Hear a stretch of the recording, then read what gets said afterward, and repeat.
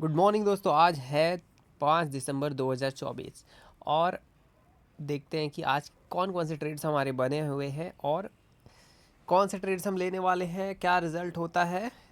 तो चलो देखते हैं। तो सबसे पहले तो दोस्तों देखते हैं कि निफ्टी में जो मैंने कल आपको दिया था कि ये हमारा सेलिंग पॉइंट है, ये हमारा बाइंग पॉइंट है। आप देखेंगे तो इसके नीचे क्लोजिंग हुई थी बट कन्फर्मेशन नहीं मिला था।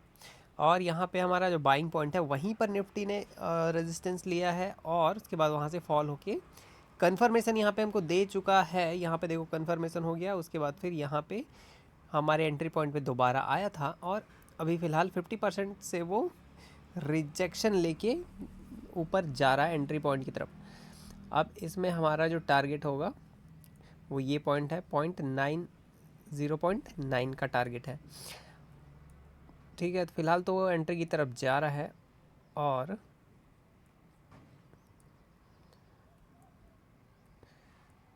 इसमें वेट करते हैं हमारा टारगेट के लिए। और अगर देखिए हम गोल्ड काफ़ी देर से, कल वाला ही ट्रेड इसमें अभी तक एक्टिव है। उसने स्टॉप लॉस भी नहीं खाया है, ना हमारा टारगेट आया हुआ है। तो देखो यहाँ से गोल्ड, कल मैंने बताया था कि गोल्ड इस यहाँ के आसपास था जब वीडियो लास्ट में एंड हुई थी। तो उसके बाद से देखोगे तो पूरा रेंज बॉन्ड ही रह गया है, कोई मूवमेंट नहीं आई है गोल्ड में और वो इस रेंज में ही मूव कर रहा है। फ़िलहाल अगर आप देखेंगे तो ये उसने पैटर्न बनाया हुआ है, अगर इसको ब्रेकआउट करता है तो फिर गोल्ड के ऊपर जाने के चांसेस बन सकते हैं। तो फ़िलहाल तो गोल्ड मूव कर रहा है।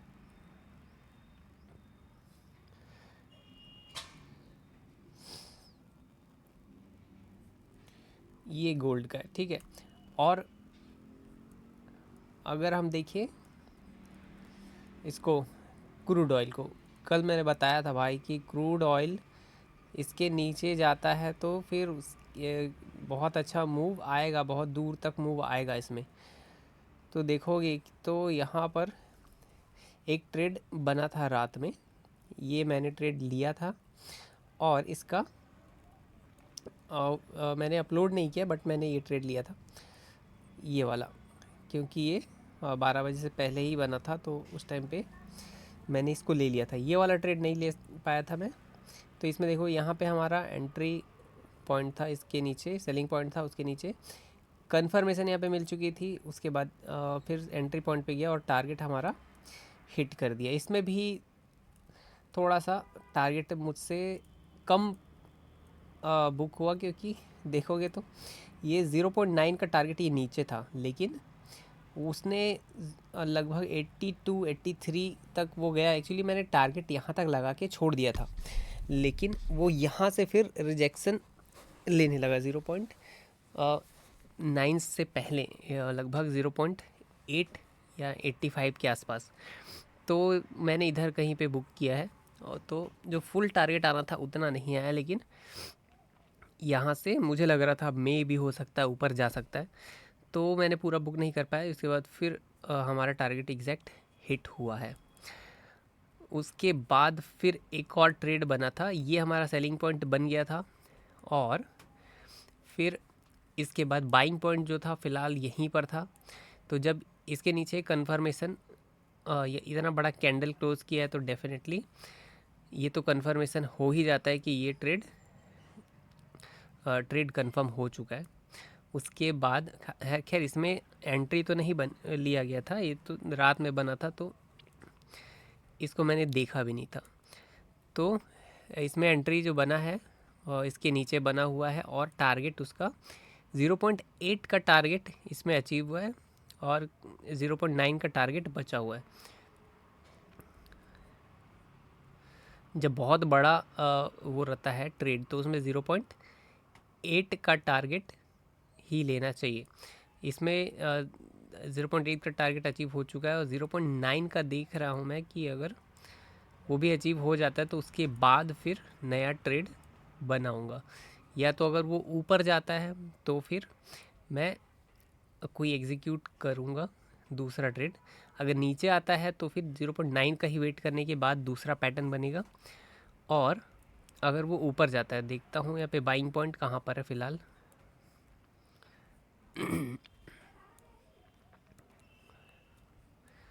तो ये हमारा बाइंग पॉइंट है, तो अगर इसके ऊपर निकलता है तो मैं बाई इसको कर लूँगा।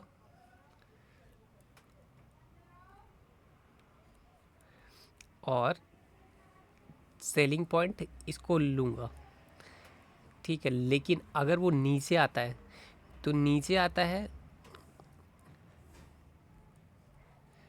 अगर वो नीचे आता है तब ये होगा कि पहले मैं ये हिट करने का वेट करूँगा, इसके नीचे मैं सेल नहीं करूँगा। ये जो सेलिंग एंड बाइंग का लगाया है मैंने, वो सिर्फ बाइंग के लिए है, अगर ऊपर जाता है तब के लिए है।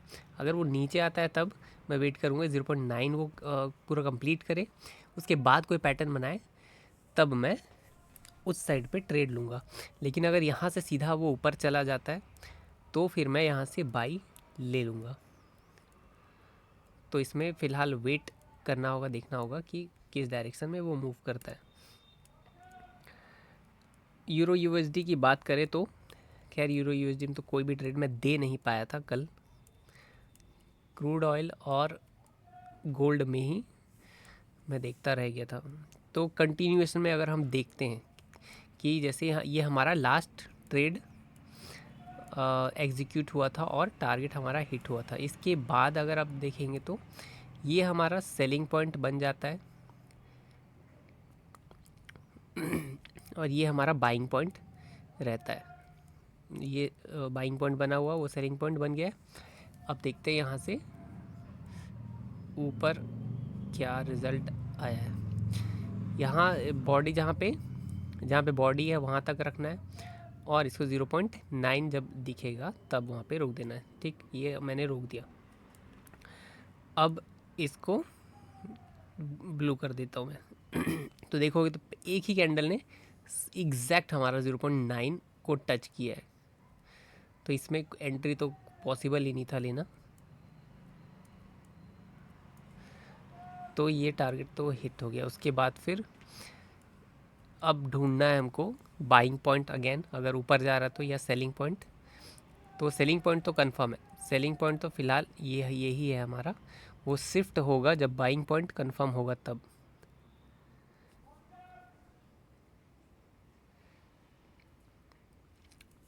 तो ये हमारा बाइंग पॉइंट बन जाता है, ये हमारा बाइंग पॉइंट बन जाता है और ये सेलिंग पॉइंट बन जाएगा,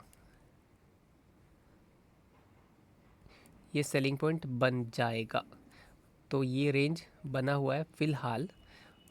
ये शिफ्ट भी हो सकता है, अगर देखते हैं।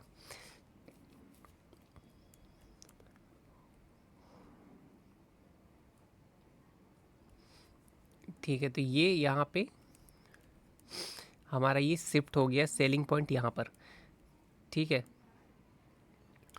अब यहाँ पे सेलिंग पॉइंट हमारा शिफ्ट हो गया, तो यहाँ पे हमारा एंट्री होगा और ये जो बाइंग पॉइंट है वो यहाँ शिफ्ट हो जाएगा, ठीक। उसके बाद फिर यहाँ से कंफर्मेशन हमको मिलेगा नीचे के साइड, तो नीचे का सेल बनेगा। तो इसमें देखोगे तो नीचे का इसमें हमारा टारगेट आया हुआ है।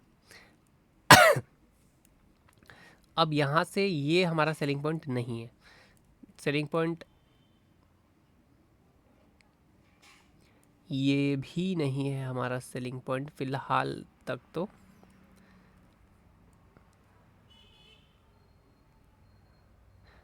हाँ, अब जाके हमारा ये सेलिंग पॉइंट कंफर्म हुआ है, ठीक है। ये सेलिंग पॉइंट हमारा कंफर्म हुआ है, ये सेलिंग पॉइंट है। अब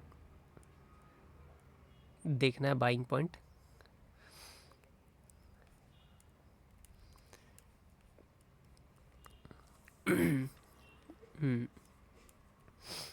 तो ये हमारा बाइंग पॉइंट कंफर्म हो गया है कि ये बाइंग पॉइंट है, ठीक है। इसको करते हैं हम लोग ग्रीन।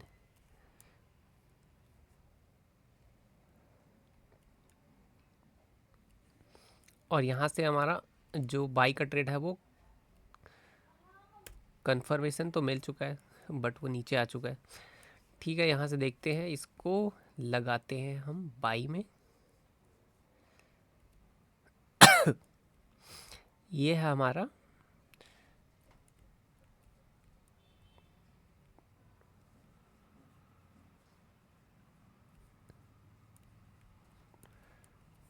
यूरो यूएसडी का ट्रेड। इसमें 50% मैं मार्क कर लेता हूँ।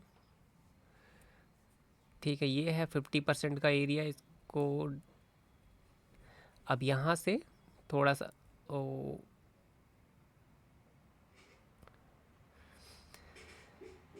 यहाँ तक हम रख सकते हैं। ठीक है, अपना एसएल ये हमारा इसमें एंट्री कंफर्म हो चुका है। ठीक है, एंट्री कंफर्म होने के बाद वो नीचे साइड आया हुआ है।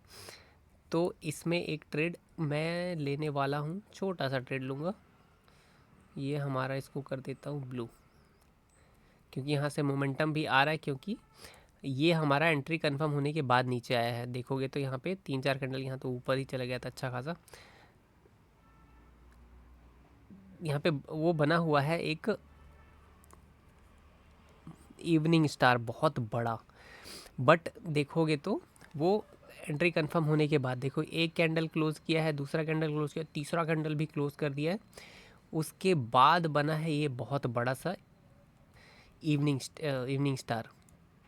तो जनरली इस टाइप का सिनारियो में ले लेते हैं एंट्री, क्योंकि अगर अगर जैसे ये वाला है यहाँ पर ही अगर बन जाता इवनिंग स्टार तो नहीं लेते, लेकिन यहाँ पर बहुत दूर जाके बना है तो उसमें एंट्री लिया जा सकता है। ठीक है, इसके नीचे स्टॉप लॉस रख सकते हैं जो 50% है उससे थोड़ा सा नीचे, क्योंकि ऑलरेडी ये नीचे आया हुआ है। तो स्टॉप लॉस हमारा ज़्यादा बड़ा नहीं रहेगा, हमारा टारगेट इसमें ज़्यादा बड़ा होगा। तो इसमें एंट्री मैं लेता हूँ। थोड़ा सा और वेट करना चाहूँगा मैं, जब ये इस पॉइंट को क्रॉस करेगा मैं तब एंट्री लूँगा। इससे क्या होगा कि ये हमारा एक डब्लू कंफर्म हो जाएगा कि डब्लू पैटर्न है, यहाँ से ऊपर जाने के चांसेस बढ़ जाएंगे। तो उस चीज़ के लिए वेट मैं करता हूँ, उसके बाद फिर एंट्री लूँगा।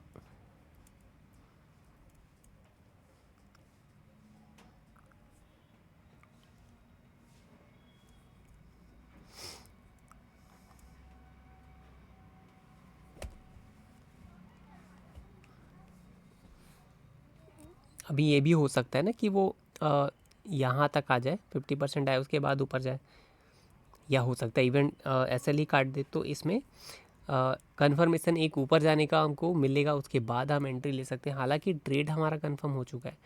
अब इसमें अगर यहाँ पे हमने एंट्री की होती, इस यहाँ आसपास एसएल यहाँ पे रखा होता, तो ऑलरेडी हमारा ट्रेड चलता रहता। लेकिन अगर हमारे पास चांस है कि हम दोबारा कंफर्मेशन लेके ट्रेड कर सकते हैं, तो उस चीज़ के लिए हमको वेट करना होगा। तो वो ज़्यादा एक अच्छा ऑप्शन है। तो अगर निफ्टी भी देखो तो आप यहाँ पे कितने पॉइंट का टारगेट है, निफ्टी में हमारा जो टारगेट है वो 92 पॉइंट्स का टारगेट है। बहुत ही बड़ा अच्छा खासा टारगेट है निफ्टी के हिसाब से। और वहाँ से सपोर्ट लेके भी वो रेजिस्टेंस लेके नीचे आ रहा था, और आने के चांसेस भी हैं। और ये ट्रेड मैंने कल ही आपको दे दिया था, जो मेरे रेंज बनाया हुआ था मैंने, तो ये कल ही मैंने आपको पोस्ट तो नहीं किया था, बट मैंने इसमें बताया था कि ये हमारा सेलिंग पॉइंट है, ये बाइंग पॉइंट है। इसके नीचे कंफर्मेशन नहीं मिला था, कंफर्मेशन हमको आज ही मिला है। तो ये ट्रेड चल रहा है। और इसका देखते हैं, गोल्ड तो खैर धीरे धीरे मूव कर रहा है। यूएस ऑयल नीचे आ रहा, इसमें वेट करते हैं कि क्या हमको मिलता है।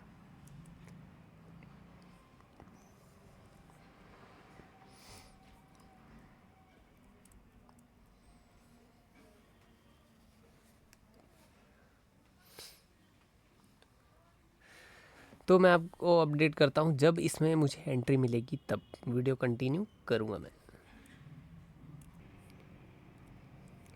तो दोस्तों मैंने अपना एंट्री जो है इसमें ले लिया है यूरो यूएसडी में। यहाँ पे एंट्री लिया है कंफर्म होने के बाद, यहाँ पे डब्लू पैटर्न कंफर्म होने के बाद यहाँ पे एंट्री मैंने लिया है। और अब टारगेट जो हमारा है वो यहाँ तक का टारगेट है। ठीक है, तो और एसएल इसके नीचे ही रहेगा, जो 50% का पॉइंट है उसके नीचे।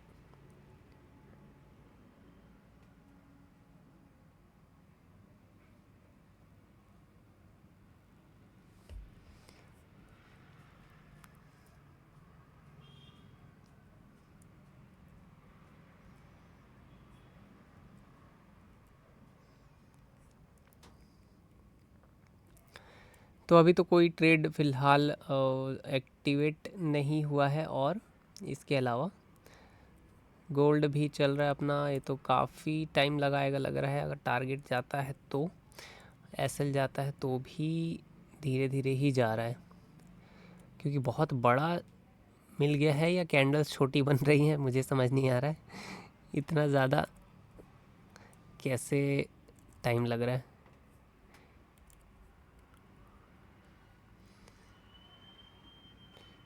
शायद टारगेट ही बहुत बड़ा है हमारा,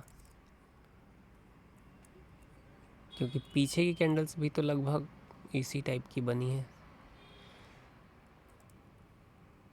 टारगेट ही हमारा बहुत बड़ा हो गया है इसमें। हाँ देखोगे तो ये सब छोटे छोटे टारगेट्स हैं, और ये टारगेट बहुत बड़ा बन गया है, इसलिए इसमें ज़्यादा टाइम लग रहा है। खैर कुछ नहीं कर सकते, इसमें वेट करना होगा।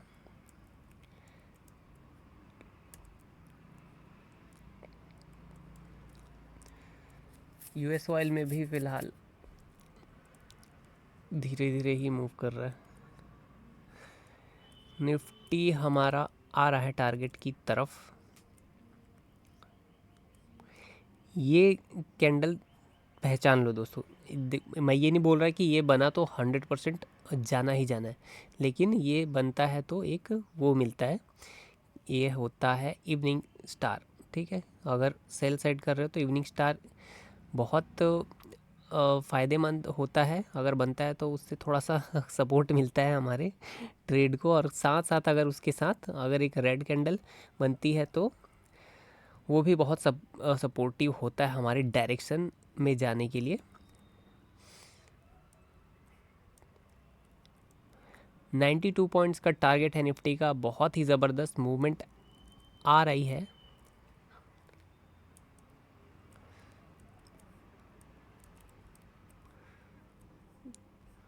मैं आपको अपडेट करता हूँ अगर कुछ नया बनता है तो। फ़िलहाल गोल्ड तो ऊपर जा रहा है।